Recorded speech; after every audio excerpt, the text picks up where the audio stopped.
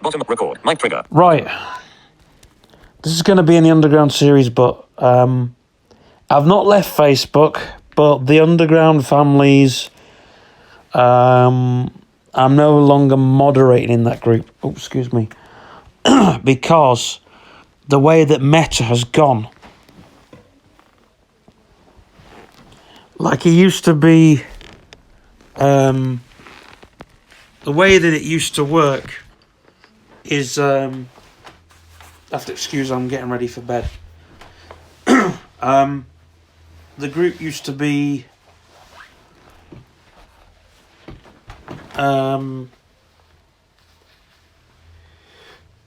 like the group, Facebook groups and pages and profiles were very different. Now, they've gone down the lines of groups being a part of, it's not separate anymore. And even though groups are little communities and sub-communities, as you will, I'll talk about that in another video. Facebook isn't like when you put something in a group, the person wouldn't see unless they were in the group. Now, it doesn't matter if you're a public group or private group. Facebook actually knows what you're putting in that group. It's not like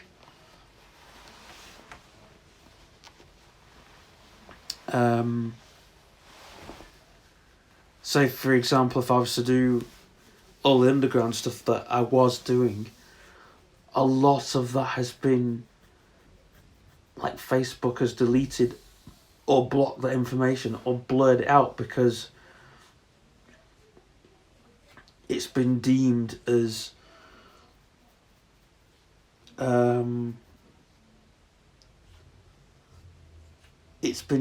either offensive or whatever. I mean, back in back in the early days when we started the group, we weren't exploring anything. We didn't even have libraries of information. We had nothing of those sorts. And the underground videos, they were rubbish. They really were. And they were a bit more than just a daily rant on something.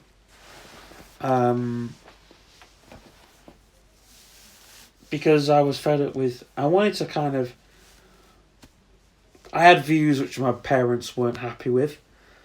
But it got more than that,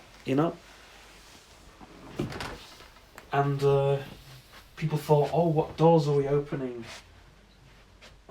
We were opening a lot of doors, by the way, a lot of portals.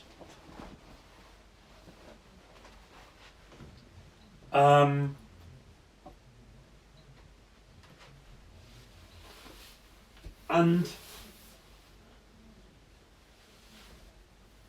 we got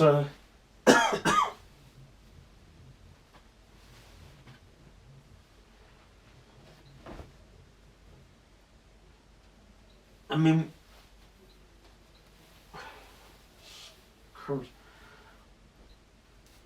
we were doing a lot of work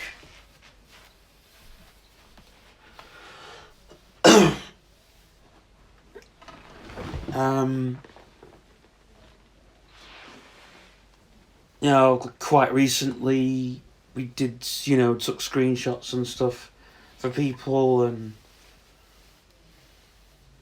sent people links. And then we decided, well, maybe we'll stop doing that because people need to start, asking for the information. The mainstream doesn't ask, it just... When you buy a paper, you expect your information to be there, right on a plate, You take the Panny D, for example. Yeah, lockdown. Nobody was going to any other sources because they were frightened of what information they would find or what information they wouldn't find.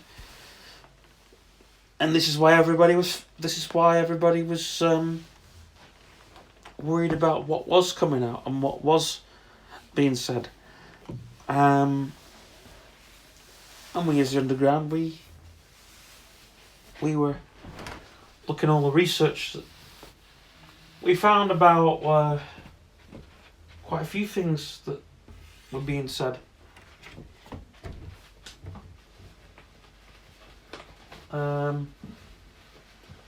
Whoops.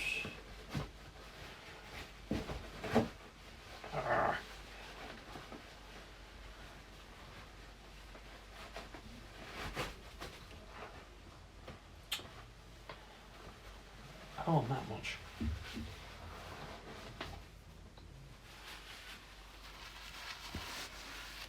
But I'll tell you a little thing, right? You're hearing it from the horse's mouth. I still believe 100%. We have imaginary people, not just imaginary friends, but also imaginary colleagues. I have another company, which is a newspaper which we took on because we were interested in the underground.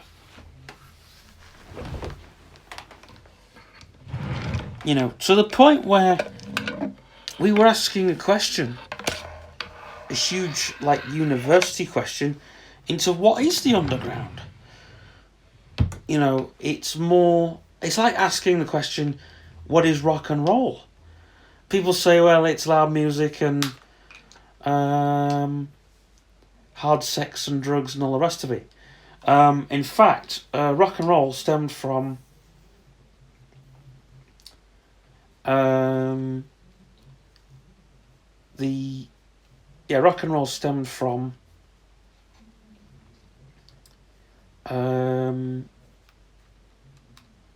the two people having sex in a car. They called it rock and roll, right? That's information we've been told. But it's a lot more than that. It's an attitude, it's a lifestyle that people lead. Started from the beatniks. William S. Burroughs talks of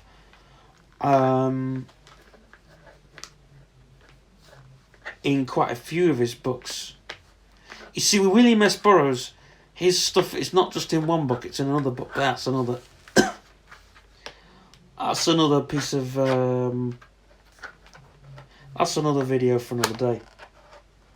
But the issue, like, I've not got any issues with Facebook like a lot of people seem to have.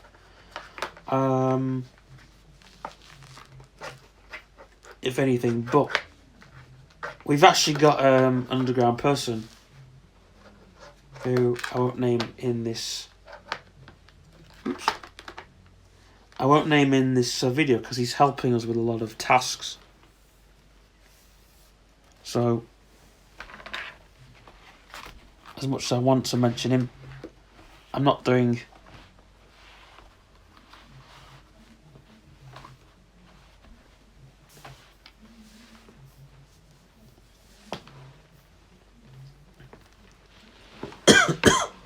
But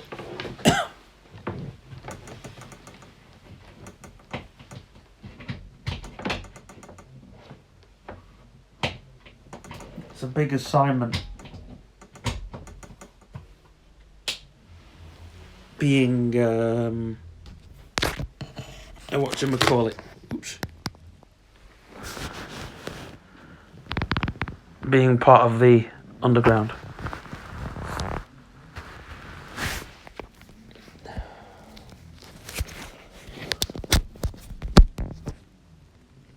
(11:46 p.m.)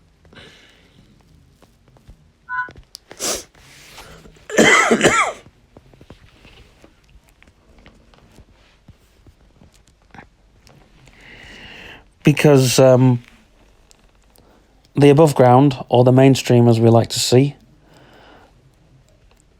they don't just read the paper, they believe in what they read. and they go by all the government stuff. You look at all what's all what's there. You look at all the information, and the next war we're going to have will be the war on information. I believe it. I'm telling you, this is what I believe. I don't just believe it 99% or... mic trigger, mic lock, button is on. Double tap to lock mic off. I don't just believe it 99% or 88% or 50%. 100% I believe this information. And they tested us.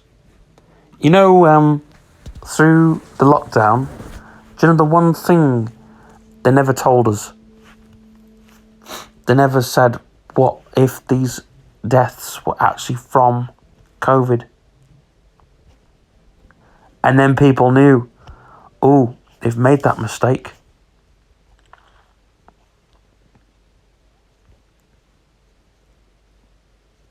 And it was then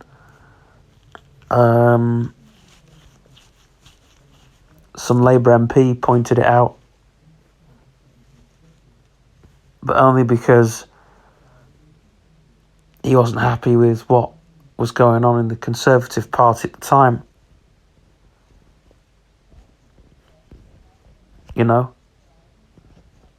And I think the war on information will be the next one.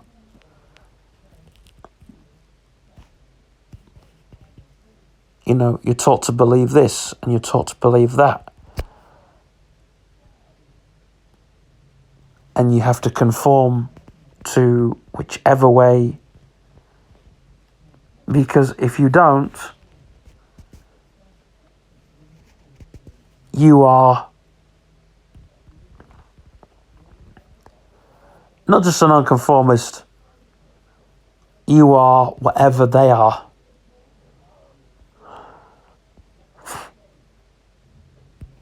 In their eyes. And the nonconformists now are actually turning to the underground. The people who, from the 50s and the 60s, their generation was so much better.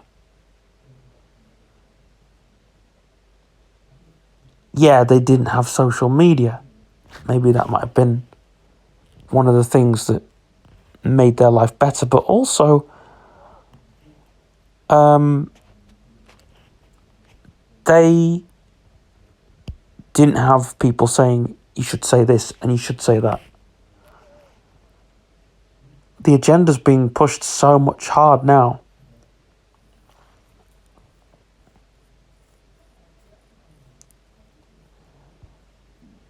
I mean, that's something that we'll probably discuss in the Underground series a little bit, because a lot of people say the right-wing people are underground. They're not.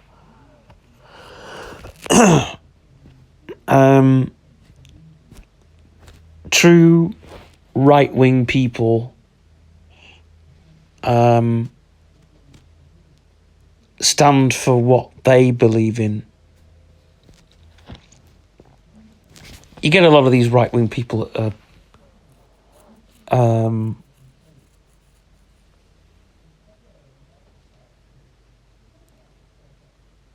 what do we call it? They're against, I don't know, they do stuff that's classed as racism or whatever. But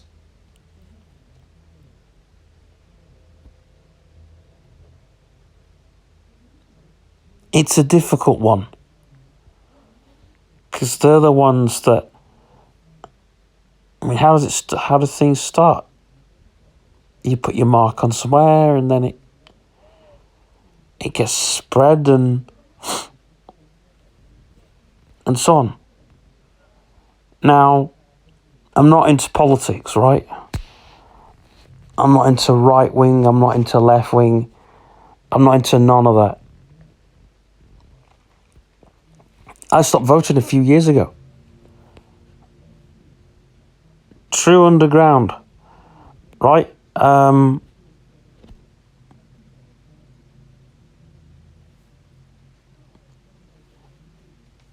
There are some... See, I don't like Labour government, because the problem with Labour is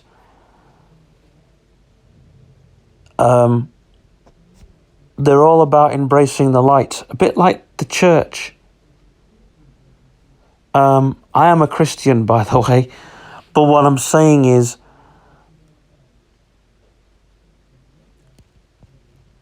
it's like, you know, these high churches. These high churches want people to embrace the light. They enforce them. No, this is the right way you do it. This isn't that way. You do it this way. Right? And the Labour government, it's okay to sponge off. It's okay to be a sponge if you're Labour, because that's their way. It's okay to see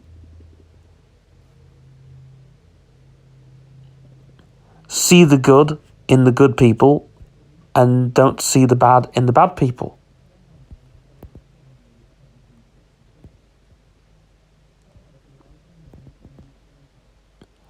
You see, these far left people that want people in asylums. They want people in asylums. People who've got learning disabilities are bad. All that. I mean, okay, that was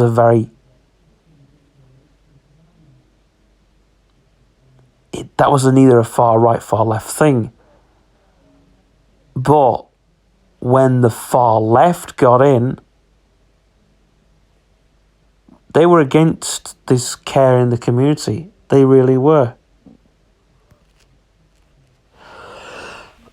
Anyway, my next underground video I'm doing is about the mental health industry. As an industry, because it is an industry. It's one of the most disgusting industries you will ever read about. Not disgusting in the way you think. But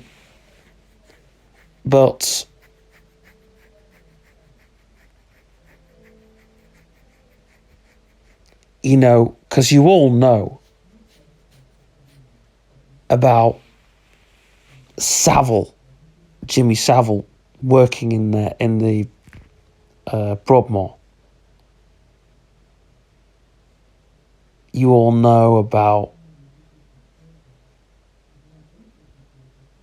people who worked in, you know, those industries.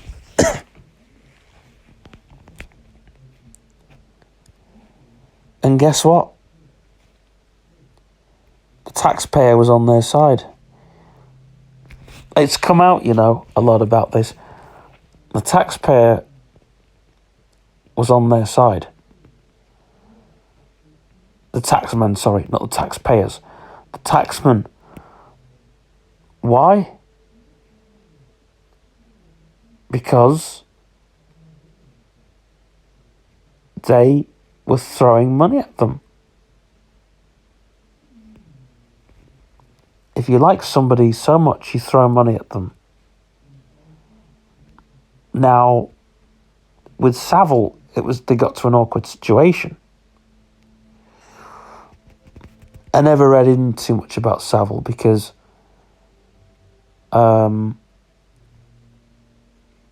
He was a slime ball. I met Savile, unfortunately. And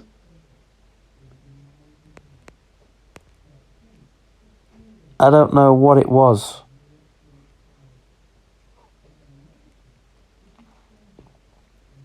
But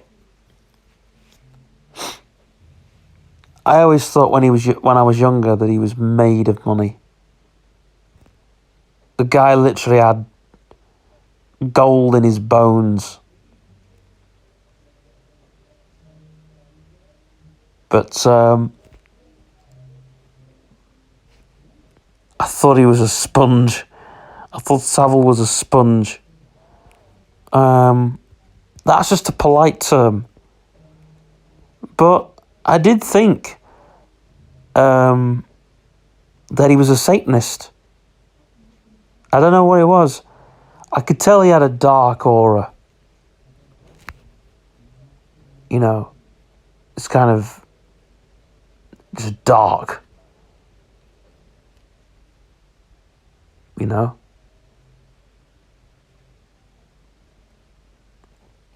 You could tell he was into something or dabbling with something.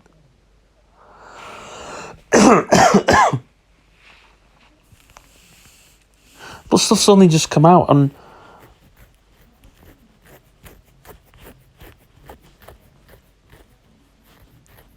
you know.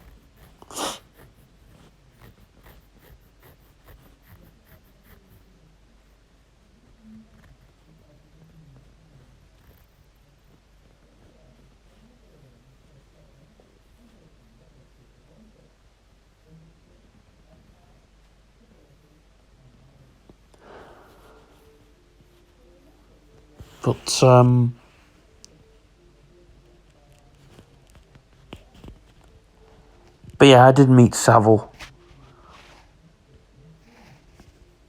And I didn't know him. Unfortunately, I just met him.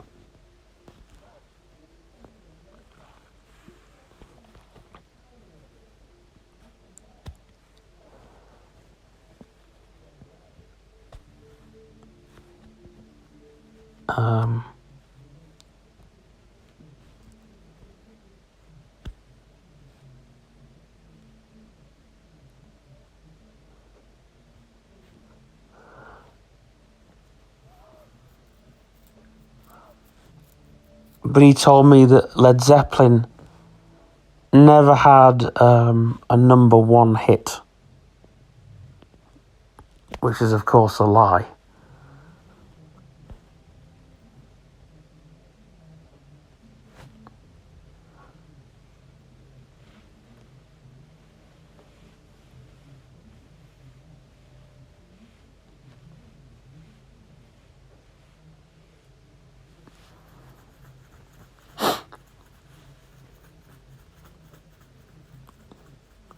But anyway.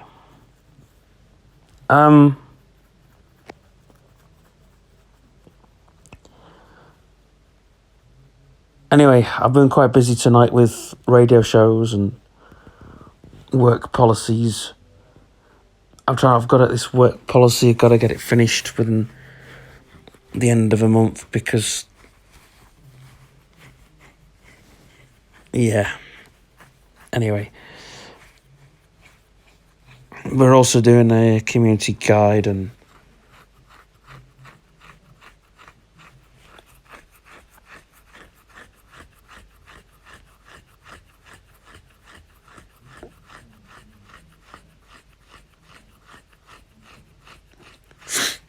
anyway, need to get to bed, need sleep.